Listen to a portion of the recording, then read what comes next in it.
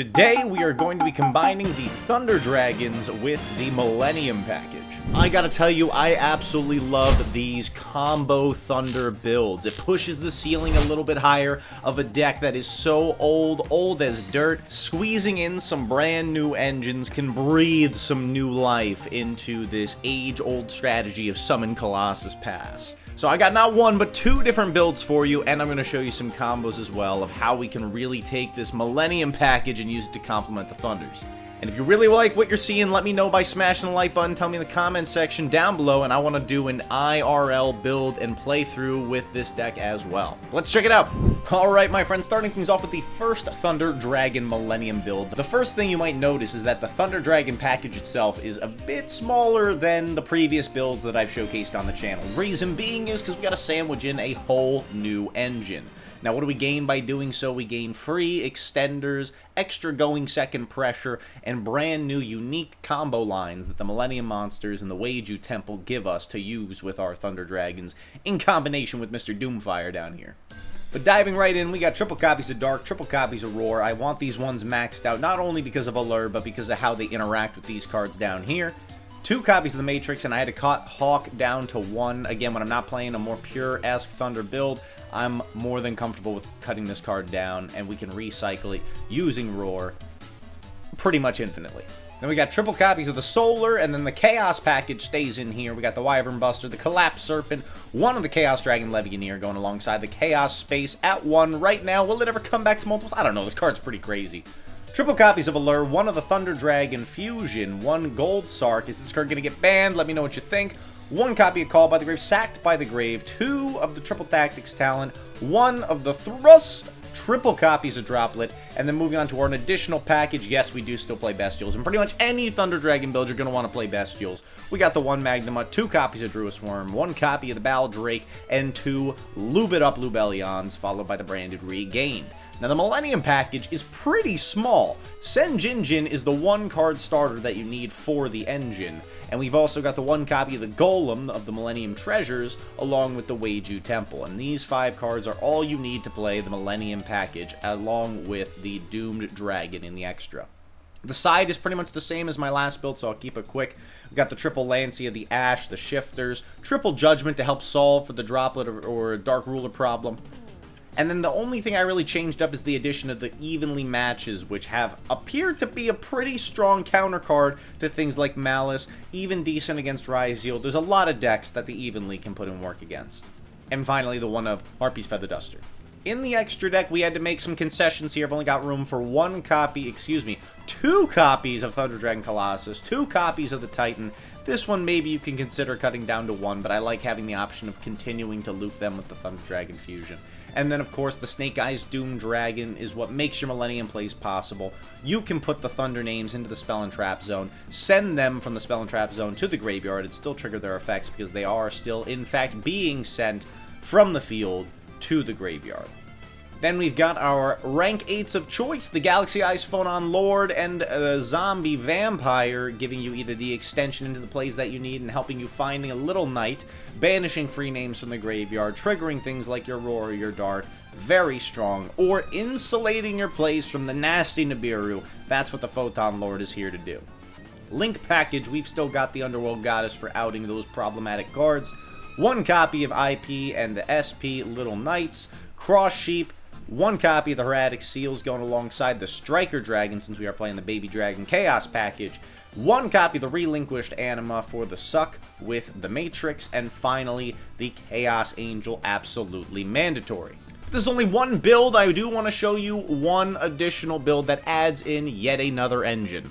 And here is yet another take on what we can do with the Thunder Dragon Millennium build, this time smacking in even more rank 8 capabilities and extending pressure with the Horus package. And I actually recently saw a comment where someone was raging against the Horus package. I'm telling you right now, I think it's pretty darn good. And it can be pretty good in the Thunder for the same reasons that it's good with the Millenniums. Because it gives you access to the rank 8s. If you're doing a build that's a combo Thunder-centric build, you're cutting out some of the fluff of the Thunder package and really just focusing on your Darks and your Roars. So the main changes that have come in with this build to make room for the Horus package, this one being a 6-card Horus package of triple William Seti, 1 copy of the Happy, and 2 copies of the King Sarks. We've cut out one of the Roars and the full Chaos package, meaning the Levy and the Baby Dragons and the Chaos Space had to go.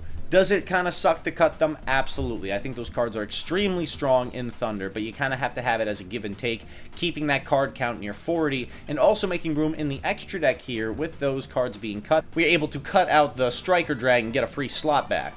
So that's why in the extra deck down here, you are going to see an additional copy of Colossus. I do like having extra because I find them so easy to crap out onto the board, but you could also cut one of the Colossuses and put in a Typhon without much issue. But that's it for the builds. I want to show you some of the unique combos you can do with the Millennium cards. Alright, let's start things off with combo number 1. This is going to be using the Millennium package alongside the Thunder Dragon Roar. I'm going to show you we can combo on into with this. Kind of fast forwarding through it here, but let me explain what's happening real quick. When you go for the Senjinjin, his effect is going to put himself in the Spell and Trap Zone. You pay 2,000, bring him out onto the field, and then you get to search out your Millennium treasures. This one goes in the Spell and Trap Zone. You pay your 2,000. He gets brought out onto the field. Then you get your Yugioh Temple out from the deck. You activate the Yugioh and use its effect, taking the Thunder Dragon Roar and putting it in the Spell and Trap Zone alongside another Senjinjin from your deck. And then once these two are in the Spell and Trap Zone, you can send them both to the graveyard to summon out the Doomfire for free, or the Doomed Dragon for free. That is its summoning condition. When you slap that onto the field, it's going to trigger off your Roar's effect to summon from deck, as it was sent from field to grave. So here we bring out the Dark. Next, as a safety precaution here, and to demonstrate what I'm doing here, I'm going for the Galaxy Eyes Photon Lord to protect us from Nibiru for the remainder of the play. You also could go for the Zombie Vampire here, though, if you want to go for a higher ceiling end board. Link these two guys off. Going into the IP Mask Arena, the Dark's effect is going to trigger, which is going to grab the Thunder Dragon Hawk from deck to hand, and then you can discard the Hawk using its effect to summon back any of your Thunder monsters from grave, and then tagging them out into a free Colossus. And what we have here is a pretty powerful end board. We've got the Colossus' effect, blocking them out of searching. We got the IP Mask Arena to tag out into something like an SP Little Knight if we want to. We also have the Monster Effect Negate from the Galaxy Eyes Photon Lord off of only 2 cards, and this isn't accounting for any other potential extenders or ways we could have played out the combo in hand. Because very much so, like other decks we profile on this channel, we like to look at a combo deck like this with a whole of hand approach. But what I'm trying to demonstrate for you is what you can do with the bare minimum resources. Let's take a look at one more. Alright guys, one more final Millennium Thunder combo to show off to you, starting off with the Senjinjin this time in Thunder Dragon Dark. Obviously the ceiling's going to be a little bit lower, but same play, same game plan as I mentioned earlier. We set up the Millenniums, go for the Senjin, that gets the Golem gets the Yugioh, and the Yugioh puts another Senjinjin, and this time the Dark from hand into the Spell and Trap Zone.